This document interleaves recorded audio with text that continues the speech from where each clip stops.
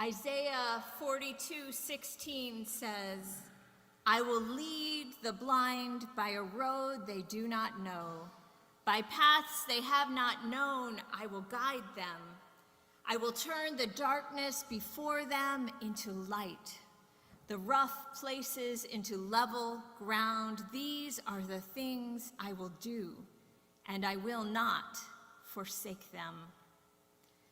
When we cannot see, God will lead us by a road we do not know. Ostensibly, this is a passage of comfort.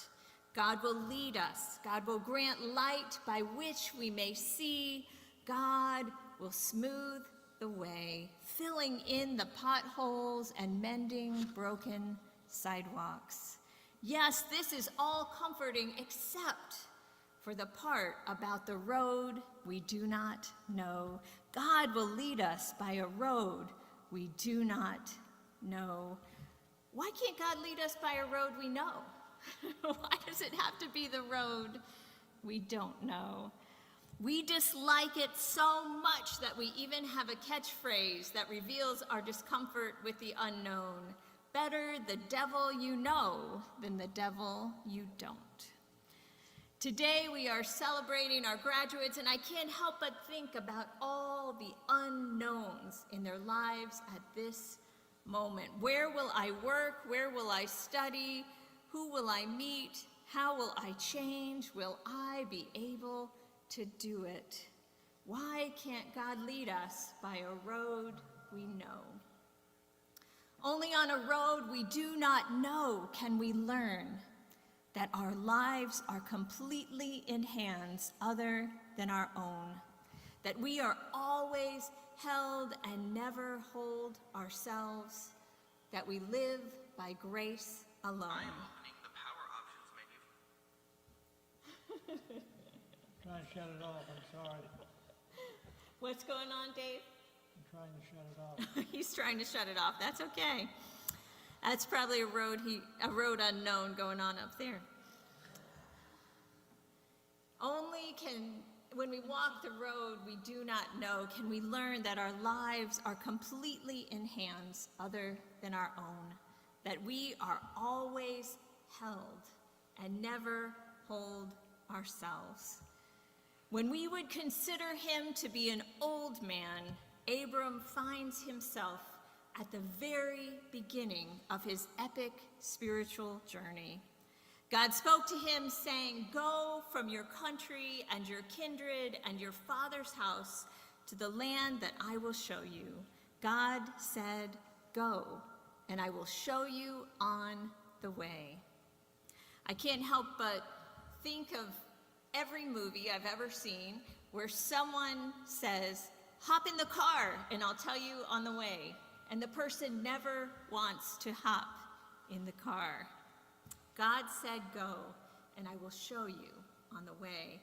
If you look at a map of his travels, of Abram's travels, it was far from a straight shot as he took a detour through Egypt, which was more like a long cut than a shortcut. It seems to me that often in life, even when we do not arrive at the destination which we had in mind for ourselves when we began, the stops we made along the way were essential to our becoming.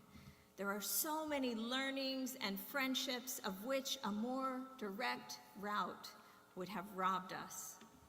Looking back at our lives, what would be lost? Think about your own life. What would be lost if you had taken the most direct path? I might even make the case that stops sometimes matter more than the destination, or at least as much. And so when our plans seem to have failed, I'm not so sure that it was a failure. I don't believe that the time was wasted or even that we took a so-called wrong path or a dead end, because each step leads us to the next and equips us for the next. Not knowing the destination, though, it's painful in the moment, but it forces us to take the whole journey, if we knew where we were going to end up, we'd be tempted to skip ahead. In today's reading from Exodus, we hear the beginning of another journey, the journey of the Hebrew people out of Egypt in their escape from slavery there. The text tells us that God was concerned that the direct route leading by the Philistines would cause the people to turn back in fear. If the people face war, they may change their minds and return to Egypt. And so God led the people by the roundabout way of the wilderness.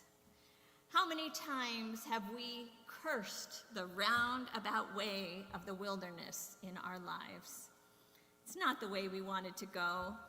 Yet here we learn that the roundabout way of the wilderness was a sign of God's compassion and understanding. The roundabout way was for their protection. On our vacation last month, we visited the Grand Canyon. It was my first time to see it, and my overwhelming impression was that of unreality. I could not conceive it even while looking right at it. It was too unknown to absorb. To look out across something so vast and so varied in height and color was disorienting. How far across? 1 mile or 20? How deep? 1,000 feet or 10,000? Who could tell?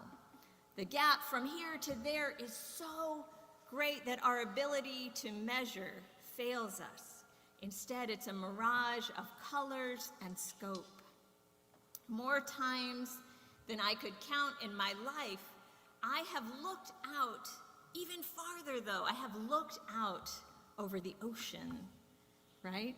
As have we all, as far as the eye can see, and yet it was different looking over a canyon. Looking over the ocean, you don't see the other side, nor do you see the bottom, and so your eyes relax into distance.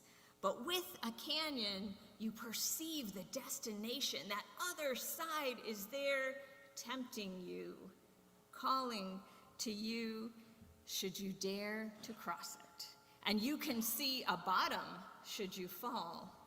But the route there and the distance it will take you are impossible to discern from that side of the rim. The only way to really know would be to walk it, to leave the edge, to set out into it for the long way down and the even longer way back up.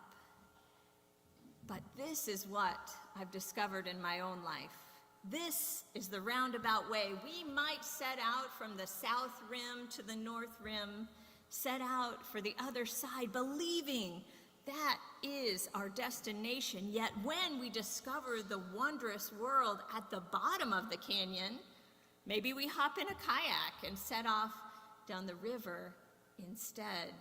That's the type of unexpected detour that would not be a failure.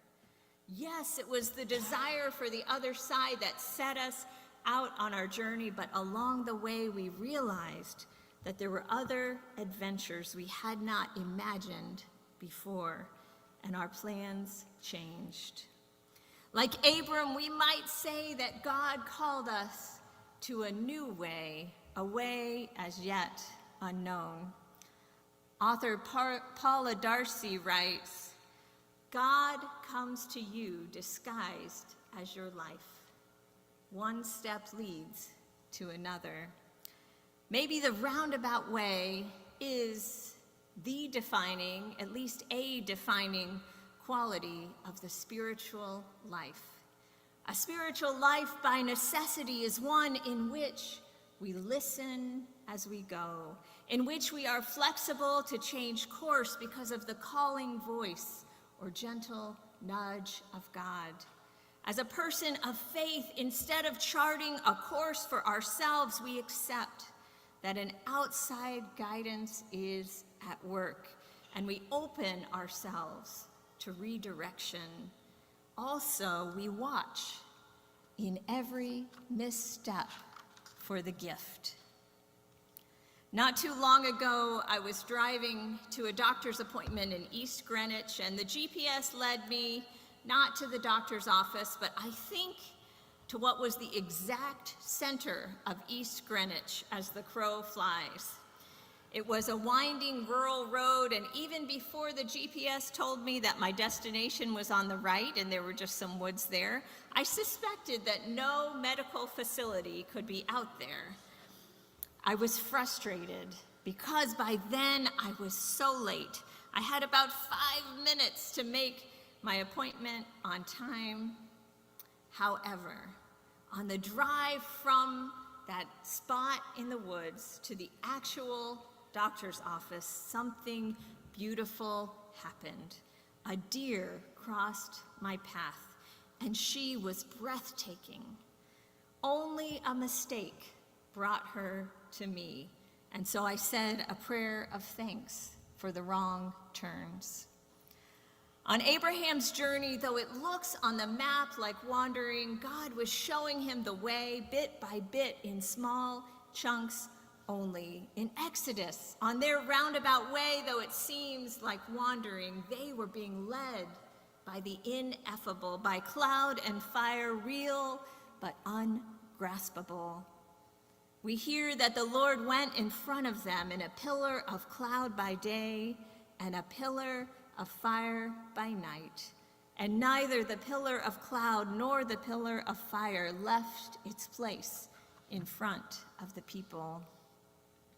May you, whether you're off to new adventures or staying right here, may you never be afraid to travel the roundabout way. May you never be afraid to go on a road that you do not know. For as Isaiah told his people, on paths you have not known, God will guide you. God will turn the darkness before you into light and the rough places into level ground. These are the things God will do, and God will not forsake you. Amen.